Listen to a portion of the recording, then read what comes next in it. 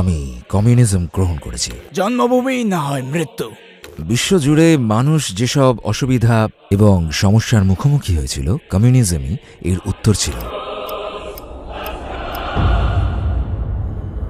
আমি বিভিন্ন ধর্ম সম্পর্কে অনুসন্ধান করেছিলাম যতদিন না পর্যন্ত আমি সন্ধান পাই ইসলাম, দ্য মিসআন্ডারস্টুড রিলিজিয়নের। ঘুমের মধ্যে আমি দেখলাম আমি বাইক চালাচ্ছি একটা বিশাল সংরক্ষিত এলাকায়, এবং আমি সামনের দিকে এগোতেই থাকলাম। আর প্রত্যেকবার পেছন ফিরে তাকাতাম নিশ্চিত হতে যে যেই প্রবেশদ্বার দিয়ে এসেছিলাম সেটি সেখানেই আছে। আমি চলতে থাকলাম গন্তব্যে পৌঁছানো পর্যন্ত। হঠাৎ পেছন ফিরে দেখলাম সবকিছু কালো হয়ে গেছে, কিছুই দেখতে পাচ্ছি না। আমি যদি এখান থেকে বের না হতে পারি তাহলে আর কখনোই বেরোতে পারবো না, নির্ঘাত মৃত্যু। আমি চিৎকার করছিলাম, কিন্তু গলা থেকে আওয়াজ বের হচ্ছে না। কেউ আমাকে শুনতে পাচ্ছে না, কেউ সাহায্য করতে পারবে না। সব শেষ, আমি আর নেই। ঠিক যে মুহূর্তে আমি আশা ছেড়ে দিয়েছি আর মেনে নিয়েছি যে আমার আর কোনো পথ নেই, এই অবস্থা থেকেই নিজেকে বাঁচানো আমি জেগে গেলাম। একমাত্র আল্লাহই আমাকে উদ্ধার করেছে। আমি প্রস্তুত ছিলাম ইসলামের জন্য। আসসালামু আলাইকুম ডক্টর বিলাল ফিলিপস। আমরা খুবই আনন্দিত আপনাকে আমাদের মাঝে পেয়ে। প্রথমেই জানতে চাই ডক্টর বিলাল ফিলিপসকে আপনার জীবন সম্পর্কে সংক্ষেপে বলবেন? আলহামদুলিল্লাহ, আমাকে আমন্ত্রণের জন্য ধন্যবাদ। আমার জন্ম জ্যামাইকায়, বায়োকেমিস্ট্রিতে স্নাতক করেছি, এটাতেই আমার আগ্রহ ছিল। কানাডায় পড়াশোনাকালীন আমি কমিউনিজমের সঙ্গে যুক্ত হই এবং কমিউনিস্ট পার্টির আনঅফিসিয়াল মেম্বার হই। এসব বিষয়ে ছাত্রবিক্ষোভে আমি সক্রিয় ছিলাম। আমি যখন টরন্টো ফিরে আসি তখন ইসলামের পরিচয় পাই। আমি ইসলাম গ্রহণ করি এবং সেখান থেকে ইসলামের বিষয়ে বিশদ পড়াশোনা করতে সৌদি আরবে গিয়েছিলাম। আর আমার জীবনের একটি দীর্ঘ সময় আমি আরব বিশ্বেই কাটাই। ইমানের ক্ষেত্রে আপনার জীবন কেমন ছিল? আপনি কিসে বিশ্বাস করতেন? আমি একজন খ্রিস্টান হিসেবে বড় হয়েছি, কিন্তু এটাকে তারা বলতো একজন নামমাত্র খ্রিস্টান। আমি সত্যি বলতে খ্রিস্ট ধর্ম ত্যাগ করিনি একজন কমিউনিস্ট হওয়ার জন্য, বরং এটি যে মৌলিক ধারণার উপর প্রতিষ্ঠিত তার কারণে আমি কমিউনিজম গ্রহণ করি, এবং তা করতে গিয়ে আমি খ্রিস্ট ধর্মকে রিজেক্ট করেছি। তো আসলে এটা এমন কোনো মানসিক সংগ্রাম ছিল না আমার কি খ্রিস্ট ধর্মে বিশ্বাস করা উচিত, যিশু কে আর কি ছিল তার, না।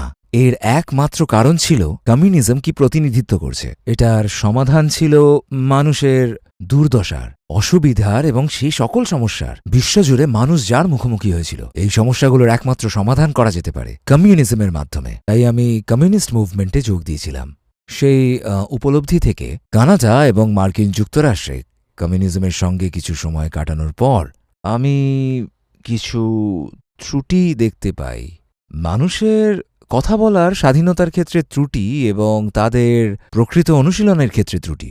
ক্যাপিটালিজমের সাথে সাথে প্রতিনিধিত্বতায় কমিউনিজমের টিকে থাকতে ব্যর্থ হবার ত্রুটি। মানে ক্যাপিটালিজম এটিকে ছাড়িয়ে গেছে, বুঝলেন? সুতরাং এর অর্থ হচ্ছে কিছু একটা তো সমস্যা ছিল। এটি যদি সঠিক পথ হয় তাহলে এটির সামনের সারিতে থাকার কথা। কমিউনিজম ছিল থিওরিটিক্যালি সুন্দর, মানে খুবই সুন্দর একটি প্যাকেজ। তো প্যাকেজটি বলছিল প্রত্যেকের কাছ থেকে তার সামর্থ্য অনুযায়ী এবং প্রত্যেককে তার প্রয়োজন অনুসারে আপনি কাজ করবেন। যদি আপনি শক্তিশালী হন, বরং আপনি আরেকটু বাড়তি কাজ করবেন, কিন্তু আপনার চাহিদা কম বা অল্প, তো আপনি শুধুমাত্র আপনার প্রয়োজন অনুযায়ী গ্রহণ করবেন। সুতরাং যিনি আপনার পাশে আছেন, যিনি অনেক বড়, তার অনেক বেশি চাহিদা যা উদ্ভাদিত হবে তা থেকে সে বড় অংশ পাবে, কিন্তু তার কিছুই দরকার নেই, কারণ সে এক বিশাল মানুষ এবং সেই অল্প কিছু কাজই করতে পারে। সে কেবল সামান্য কাজ করে এবং তাতেই ঠিক আছে। এসব শুনতে সুন্দর, কিন্তু বাস্তবে প্রকৃতপক্ষে মানুষ তার প্রতিদান পেতে চায়, তার কৃতকর্মের, তার সকল প্রচেষ্টার। তো আপনি যখন সত্যিটা বুঝলেন তখন কি করেছিলেন? সত্যি বলতে আমার মনে হয়েছিল যে আমাকে আরও দেখতে হবে। তো আমি বিভিন্ন ধর্মকে গভীরভাবে রিসার্চ করি। আমি যদি প্রথমেই ধর্মকে প্রত্যাখ্যান করতাম তবে তা নিশ্চয়ই আমার অজ্ঞতার পরিচয় হবে, যেহেতু আমার ধর্ম সম্পর্কে কোনো জ্ঞান ছিল না। তো আমি পড়তে শুরু করি বৌদ্ধ ধর্ম, হিন্দু ধর্ম এবং অন্যান্য ধর্ম সম্পর্কে, আর দ্রুতই বুঝে গেলাম যে সেগুলো কোনোটি বাস্তবধর্মী ছিল না। সেসব ধর্মের দাবি, তাদের প্রস্তাবিত তত্ত্ব খুবই উদ্ভট, অপ্রাকৃতিক এবং অযৌক্তিক ছিল, বুঝলেন? তো এই কারণেই আমি আরও ধর্মের অনুসন্ধান করেছিলাম। বিভিন্ন ব্যাকগ্রাউন্ডের নানান ধরনের মানুষের সঙ্গে কথা বলতাম, যতদিন না আমি ইসলামের পরিচয় পাই। এবং একটি নির্দিষ্ট বইয়ের কথা বলতে চাই যার নাম ইসলাম দ্য মিসআন্ডারস্টুড রিলিজিয়ন, যেখানে লেখক একটি তুলনা দেখাতে চেয়েছেন কমিউনিজম, ক্যাপিটালিজম, ইসলাম, ক্রিশ্চিয়ানিটি, বুদ্ধিজম এবং আরও অন্যান্য মতবাদগুলোর মধ্যে। তিনি তুলনাটিতে ভালো বিষয়গুলো চিহ্নিত করেন, তারপর খারাপ বিষয়, নেতিবাচক বিষয়গুলো চিহ্নিত করেন। তো বইটি পড়ে আমি সারসংক্ষেপে যা বুঝেছিলাম সেটা হলো কমিউনিজমে যা কিছু ভালো বিষয় ছিল, আর অবশ্য কমিউনিজমের ভালো দিকও ছিল। এইটাই হয়তো আলটিমেট সলিউশন নয়, কিন্তু এর কিছু ভালো দিক ছিল। এটা অবশ্যই কিছু ভালো ধারণাকে একত্রিত করেছে। এই ভালো বিষয়গুলোকে ইসলামেও পাওয়া যেতে পারে, আর যা কিছু ভালো নয়, নেতিবাচক ইত্যাদি, তা ইসলামে অনুপস্থিত, যেগুলি ইসলামে নেই। তো এটি এমন মানুষের পক্ষে যত ভালো করা সম্ভব ইসলাম যেন সেই সকলকেই একত্রিত করেছে, আর সমস্ত খারাপ কাজকর্মকে এড়িয়ে গিয়েছে। সেই সকল ক্ষতিকর জিনিস যেগুলো বিভিন্ন সমাজে বহুল প্রচলিত এবং বিভিন্ন ধর্ম যেসব পালন করে।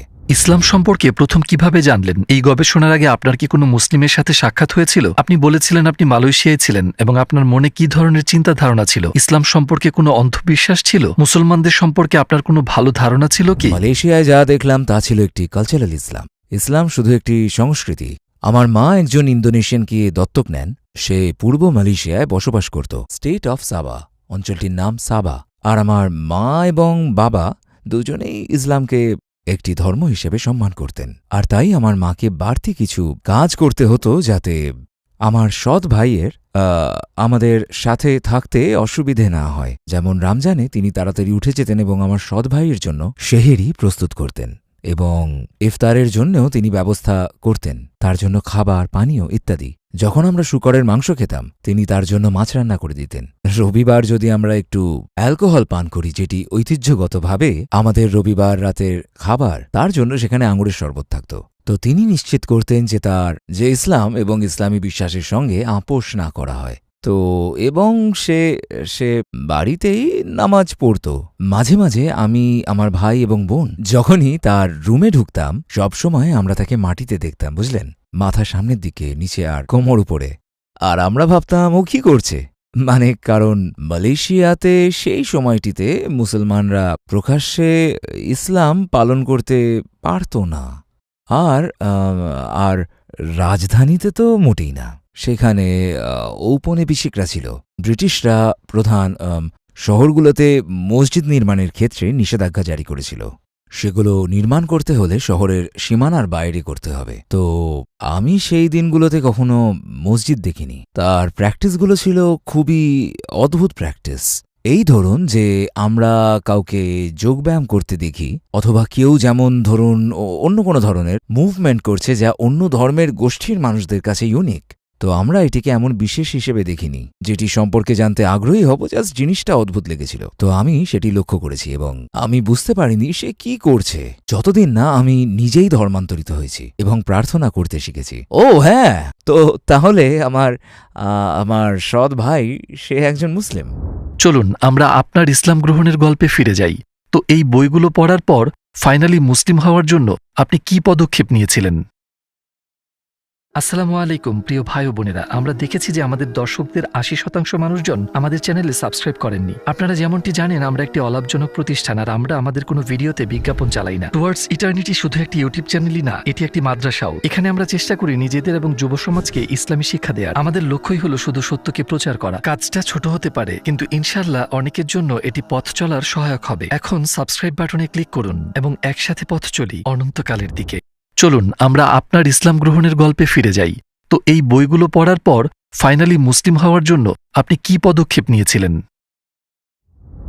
তো বিষয়টা যুক্তিসঙ্গত ছিল, বাকিটা শুধু আমার জন্য ছিল যে আমি এটাকে ডিসিপ্লিনের মতন করে দেখেছিলাম। দিনে 5 বার নামাজ পড়া আপনার জীবনে ডিসিপ্লিন তৈরি করে, আপনার জীবনকে সংগঠিত করে, ইত্যাদি ইত্যাদি। তো সেই সময় আমি সিগারেট স্মোকিং ছেড়ে দিয়েছিলাম এবং আমি একজন মিউজিশিয়ানও ছিলাম। তো আমি মিউজিক ছেড়ে দিই। তো আমার জীবন, তখন আমি এমন এক পর্যায়ে পৌঁছে গিয়েছিলাম যে আমি ইসলামের জন্য প্রস্তুত। তখন আমি এক কমিউনিস্ট চিন্তাভাবনার এক সমাজে বাস করতাম এবং আমি ঘুমিয়ে পড়েছিলাম, এবং ঘুমের মধ্যে আমি দেখলাম আমি একটি বাইকে চলছি একটি সুবিশাল সংরক্ষিত এলাকার মধ্য দিয়ে, একটি গ্যারাজ বা অন্য কিছুর ভেতর। দরজাটা সামান্য খোলা ছিল, আমার প্রবেশ করার জন্য যথেষ্ট ছিল, কিন্তু ভিতরে সম্পূর্ণ অন্ধকার। আর আমি আরও সামনের দিকে চলতে থাকলাম, আর প্রতিবারই আমি পেছন ফিরে নিশ্চিত হতাম যে আমি যে দরজা দিয়ে প্রবেশ করেছি সেটি এখনো রয়েছে। তো আমার মনে এক ধরনের ভয় কাজ করছিল, হয়তো দরজাটি বন্ধ হয়ে যেতে পারে। তো আমি একটি পর্যায়ে পৌঁছানো পর্যন্ত চলতে থাকলাম। যখন পেছনে ফিরলাম আর সব কালো হয়ে গিয়েছিল, আমি কিছুই দেখতে পাচ্ছিলাম না। এবং সেই মুহূর্তে আমি অনুভব করেছিলাম যে আমি যদি এখান থেকে বের হতে না পারি, আমি কখনোই বাইরে আসতে পারবো না মৃত্যুর সন্নিকটে। তো আমি চিৎকার করতে লাগলাম, লোকজনকে ডাকলাম, সমাজে আশেপাশের মানুষদের, কিন্তু আমার গলা থেকে কোনো আওয়াজ বেরোচ্ছিল না, বুঝলেন? এবং কেউ আমার কথা শুনতে পায়নি, কেউ এসে আমাকে সাহায্য করতে পারেনি। অবশেষে অনুভব করলাম সব শেষ, আমি আর নেই। যে মুহূর্তে আমি আশা ছেড়ে দিয়েছিলাম এবং মেনে নিলাম আর কোনো উপায় নেই এইখান থেকে বের হয়ে আসার, আমি জেগে উঠলাম। আর এটি আমার ফাইনাল পয়েন্ট ছিল এবং আমার কাছে আল্লাহর অস্তিত্বকে নিশ্চিত করেছিল। আল্লাহই আমাকে এখান থেকে বের করে এনেছেন। আমার বন্ধুরা, আমার পরিস্থিতি কিছুই আমাকে সাহায্য করতে পারেনি। তো এটি আমার ফাইনাল পয়েন্টের মতন ছিল। এরপর বাকি পথগুলো মসৃণ এবং সহজ হয়ে গিয়েছিল। আমি গল্পটি সামান্য ফাস্ট ফরওয়ার্ড করে নিতে চাই। আপনি মুসলমান হয়েছেন আর আপনার মা ইসলামের রক্ষক এবং আপনার পিতা ছিলেন ইসলামের সেবক, যেমনটি আপনি বলেছেন। তাহলে কি তারা শেষ পর্যন্ত মুসলমান হয়েছিলেন? হ্যাঁ, আলহামদুলিল্লাহ। ইসলাম সম্পর্কে তাদের কোনো নেতিবাচক দৃষ্টি ছিল না, কারণ তারা দুজনেই বিশ্ববিদ্যালয়ে থাকাকালীন ওয়ার্ল্ড রিলিজিয়ন নিয়ে পড়াশোনা করেছিলেন এবং তারা ইসলাম এবং এর শিক্ষা সম্পর্কে সম্পূর্ণ অবগত ছিলেন এবং তাদের ধারণা মতে এটি একটি ভালো ধর্ম। এবং এর ফলে যেটি হয়েছে যে তাদের অনেক ফ্রেন্ড, তারা সেখানে থাকাকালীন তাদের বন্ধুবান্ধবের অর্ধেকের থেকে বেশি মুসলিম ছিল। তো তারা একদম প্র্যাকটিক্যাল লেভেলে মুসলিমদের প্রকৃত স্বরূপ দেখেছিলেন, আর তারা খুব ভালো মানুষও ছিল। তো তাদের দৃষ্টিভঙ্গি ইতিবাচক ছিল। এমনকি আমার মা টরন্টো ইউনিভার্সিটিতে ওয়ার্ল্ড রিলিজিয়ন নিয়ে যখন পড়াশোনা করছিলেন, তার প্রফেসর ছিলেন ইহুদি। এবং বুঝলেন, যখন সে কথা বলতো ক্লাসে, যখন অন্য ধর্ম সম্পর্কে আলোচনা হতো, সে সবসময় ভালো এবং খারাপ উভয়টি দেখিয়ে দিত। কিন্তু যখন ইসলামের কথা আসে, মা আবিষ্কার করলেন সে শুধু খারাপ কথাই বলছে, সে কোনো ভালো কথা উল্লেখই করত না। এমনকি একদিন তিনি লেকচারের মাঝখানে উঠে দাঁড়ালেন এবং প্রফেসরকে প্রশ্ন করলেন, ইসলামে কি ভালো কিছুই নেই? তাহলে আমরা এটা শিখছি কেন? পুরো ধর্মটাই যেহেতু খারাপ, বুঝলেন? তো মা নিজেও কাঁধে দায়িত্ব নিয়েছিলেন। যেসব টেক্সট বুক কোর্সগুলোর জন্য নির্ধারিত ছিল সেগুলোর বাইরে টেক্সট বুক থেকে খুঁজে বের করা। তিনি অন্যান্য লেখকদের লেখা পড়লেন, যদিও কিছু অমুসলিম ছিল, কিন্তু তারা নিরপেক্ষ ছিল তাদের মতাদর্শনের ক্ষেত্রে। তো তিনি ইসলামকে ডিফেন্ড করতে শুরু করলেন লেকচার হলের ভেতরে এতগুলো ছাত্রদের মাঝে, বুঝলেন? এবং তিনি অবশ্যই প্রফেসরের কাছে খুব একটা পছন্দনীয় হলেন না। তো তিনি বললেন যে তারা তাকে মাত্র বি গ্রেড দিয়েছে, তার অন্যান্য সাবজেক্টে গ্রেড ছিল এ, তো অন্তত তুমি আমার সাবজেক্টে এ পাবে না। আমি যেমন বলেছি যে আমরা নামে মাত্র খ্রিস্টান ছিলাম, মানে রবিবার আমরা চার্চে যাব সব সন্তানরা, যদিও আমার বাবা কখনো যাননি। তিনি অবশ্যই এটা খুব বাচ্চা সুলভ ছিল যে আমরা এটাকে নিয়ে প্রশ্ন করব না, বাবা সেখানে যান না। কিন্তু আমাদের পাঠাতেন, বলতে তুমি মায়ের সাথে যাও, তাই আমরা সবসময় যেতাম। কিন্তু তিনি যাননি। পরে যখন আমি ইসলাম গ্রহণ করি আর তার সাথে এবং মায়ের সাথে ইসলাম সম্পর্কে কথা বললাম, তিনি আমাকে বলেছিলেন, যখন তার বয়স ছিল মাত্র ১৩ বছর, যখন তিনি স্কুলে পড়তেন এবং সেই সময়ের ব্রিটিশ স্কুলে তারা যুক্তিবিদ্যা শেখাত, যখন তিনি খ্রিস্ট ধর্মের কথা চিন্তা করতেন, কারণ তিনি চার্চের একজন সঙ্গীত শিল্পী ছিলেন, আমার দাদা একজন যাজক ছিলেন, তখন তিনি যিশুকে ঈশ্বর হিসেবে ভাবতেন। তার কাছে এটা লজিক্যাল লাগত না, মানে তার কাছে এসব অর্থহীন ছিল। তাই সেই কারণে সেই সময় থেকে তিনি সর্বদা এক ঈশ্বরের কাছে প্রার্থনা করতেন, যিশুর কাছে প্রার্থনা করেননি। এবং এখন তার ভাই ও বোনেরা অবশ্যই তারা বাবাকে নাস্তিক বলত। তো তিনি এইভাবেই বড় হয়েছিলেন আর মনে রেখেছিলেন। সেই জন্যই তিনি কখনো চার্চে যাননি, কারণ গির্জায় যিশুকে ঈশ্বর হিসেবে উপাসনা করা হয়। আমার ইসলাম গ্রহণের পর আরও ২১ বছর লেগে গেছে তাদের দুজনের মুসলিম হতে। ইসলামকে ব্যাখ্যা ও প্রচার করতে আপনার ২০ বছর লেগে গিয়েছে? না, সেটা বলবো না, মানে আমি সবকিছুই চেষ্টা করেছি, কিন্তু আমি তাদের ২৪ ঘন্টা ওয়াচ করে বেড়াতাম না। আমি কিছু বিষয় তাদের ব্যাখ্যা করেছিলাম। তারা মুসলিমদের আশেপাশে আরও বেশি থাকতে শুরু করেন, তারা নাইজেরিয়ায় যান এবং উত্তরাঞ্চলে পড়াতেন এসব স্কুলগুলোতে যেখানে মুসলিমদের সংখ্যা বেশি ছিল। তারা ইয়েমেনে গেছিলেন, সেখানেও পড়িয়েছেন, সেটিও আরেকটি মুসলিম রাষ্ট্র। তারা সৌদি আরবও গেলেন, তারা রিয়াদে একটি ইসলামিক স্কুল প্রতিষ্ঠা করলেন, মূলত একজন টেকনিশিয়ান হিসেবে তারা স্কুলগুলোকে তৈরি করেন। তো মুসলিমদের সাথে তাদের বেশ ভালোই যোগাযোগ ছিল, যার মধ্যে স্বাভাবিকভাবে 90% পজিটিভ প্রতিক্রিয়া। আর তারা যখনই তাদের বন্ধুদের সঙ্গে কথা বলতেন আর তাদের বন্ধুরা ইসলাম সম্পর্কে নেতিবাচক কিছু তুলে আনত, তারা এটাকে ডিফেন্ড করতেন, কারণ তাদের ইসলাম সম্পর্কে যথেষ্ট মৌলিক জ্ঞান ছিল। তারা জানতেন কোনটি সত্য এবং কোনটি মিথ্যে। তাদের জন্য ধর্মান্তরিত হওয়াটা বেশ সহজ ছিল। আমার বাবার ক্ষেত্রে তিনি আমায় যখন জানিয়েছিলেন তার 13 বছর বয়সের ঘটনাটি, তার আগে পর্যন্ত আমি জানতাম না। তিনি কেবল এক আল্লাহ, এক ঈশ্বরেরই ইবাদত করতেন, কোনো যিশু না, তিনি কোনো মানুষের উপাসনা করতেন না। অন্যদিকে আমার মা, তাকে ইসলামে আসতে একটি ঘটনা উদ্বুদ্ধ করেছিল। সেটি হল, তারা যখন জেদ্দায় ছিলেন, জেদ্দা ইনস্টিটিউটে কর্মরত, আর যখন আমি রিয়াদ থেকে যখন দেখা করতে আসি, রিয়াদে আমি তখন মাস্টার্স করছিলাম, আমার মা আমাকে বললেন যে তিনি ঘরের মধ্যে ভুতুরে কিছুর উপস্থিতি টের পাচ্ছেন। যেমন তিনি তাকালেন আর হঠাৎ যেন কিছু একটা দ্রুত সরে গেল।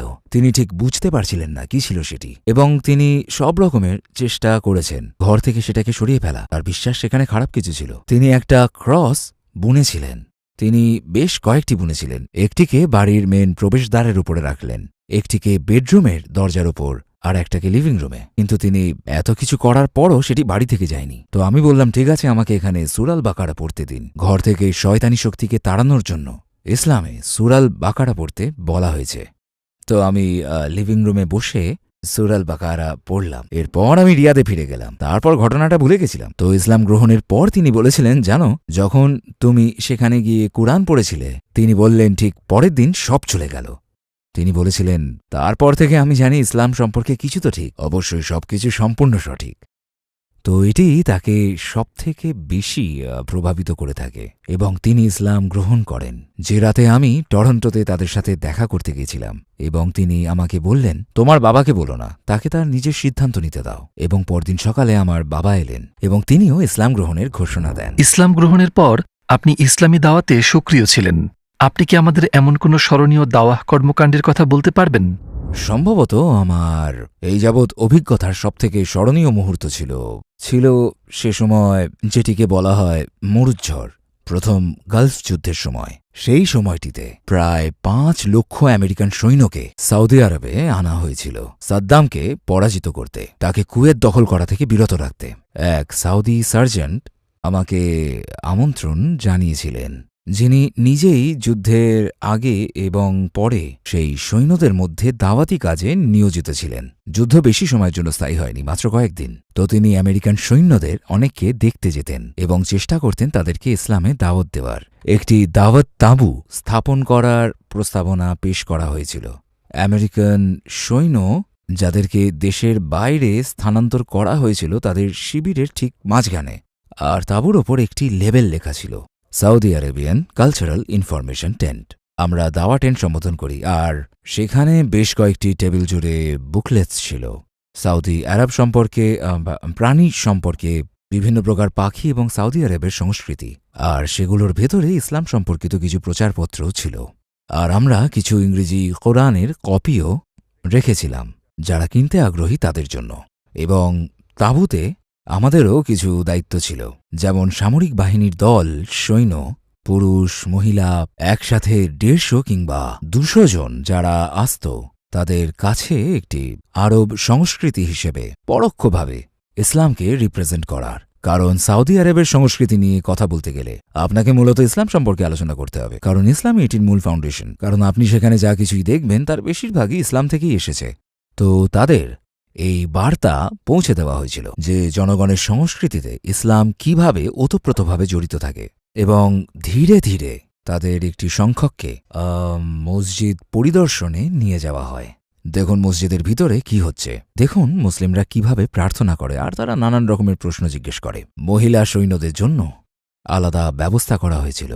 সৌদি নাগরিক যারা আমেরিকায় পড়াশোনা করেছে, তাদের স্ত্রীরা সেখানে ছিল, তারাও আমেরিকায় পড়াশোনা করেছে, তারা তাদের সঙ্গে যোগাযোগ করতে পারে। তো তাদের সুযোগ ছিল মুসলিম মহিলাদের সঙ্গে কথা বলার, কারণ তাদের ধারণা ছিল মুসলিম নারীরা সমাজে নির্যাতিত। তারা কালো বোরখা হিজাব পরছে, তো তাদের সঙ্গে প্রকাশ্যে আলোচনা চলাকালীন যা কিছু তাই জিজ্ঞেস করতে পারত।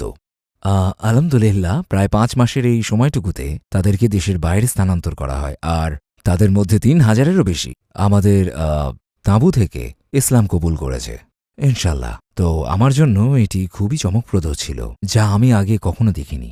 এটি অবশ্যই একদিনে হয়ে যায়নি, সময়ের সাথে সাথে হয়েছে। নিয়মিতভাবে লোকেদের দেখা যেত, আর তারপর তাদের ট্রেনিং দেওয়া, তাদের প্রস্তুত করা, কারণ তাদের অনেকেই ইসলাম গ্রহণের পরপরই হয়তো 1-2 সপ্তাহ পর নিজের দেশে ফিরে গেছে। তো চেষ্টা ছিল তাদেরকে যথাসম্ভব গুরুত্বপূর্ণ তথ্য দেওয়ার আর তাদের সেগুলো মানতে অনুপ্রাণিত করার, এমনকি আমেরিকায় ফিরে যাবার পরও। তো এটি আপনি ধরে নিতে পারেন যে সবচেয়ে বড় দাওয়া ইভেন্ট যার সাথে আমি সংযুক্ত ছিলাম। তো ইসলামের আগে আপনার জীবনের উদ্দেশ্য কি ছিল, আর ইসলামের পর কি হলো? ইসলামের পূর্বে কোনো স্পষ্ট উদ্দেশ্য ছিল না। কিছু কাজ হয়তো ছিল যেগুলো করা উচিত, আর যেগুলো করলে আপনি আরও উন্নত জীবনযাপন করতে পারবেন। আমার পড়া মার্কস ও এঙ্গেলসের সমস্ত লেখনীতে আমার মনে হয় না আমি এমন কিছু পড়েছি যেটি আমাদের উদ্দেশ্যকে ব্যাখ্যা করে। কোথাও লেখা ছিল না এটা। একজন কমিউনিস্ট বা একজন নাস্তিক হিসেবে আপনি অবশ্যই বিশ্বাস করেন পৃথিবীর সৃষ্টি একটি অ্যাক্সিডেন্ট। তো যদি দুর্ঘটনাই হয়, তাহলে দুর্ঘটনার উদ্দেশ্য কি? দুর্ঘটনা উদ্দেশ্যহীনভাবেই ঘটে। That's all it is. এখানে উদ্দেশ্যের কোনো জায়গা নেই। হয়তো লোকেরা একসময় প্রশ্ন করতে পারে, ওয়েল, তাহলে এসবের উদ্দেশ্য কি? তারা এই প্রশ্ন জিজ্ঞেস করবে কারণ তাদের কাছে উত্তর নেই। একজন মুসলিম হিসেবে অবশ্যই জীবনের উদ্দেশ্য হল জান্নাত লাভের যোগ্য হওয়া।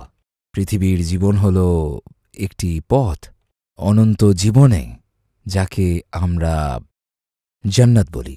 তো আমরা কিভাবে জান্নাতে যেতে পারি? আল্লাহর কাছে প্রার্থনার মাধ্যমে। আর এই জন্যই আল্লাহ বলেছেন, ওয়ামা খালাকতুল জিন্না ওয়াল ইনসা ইল্লা লিয়াবুদুন।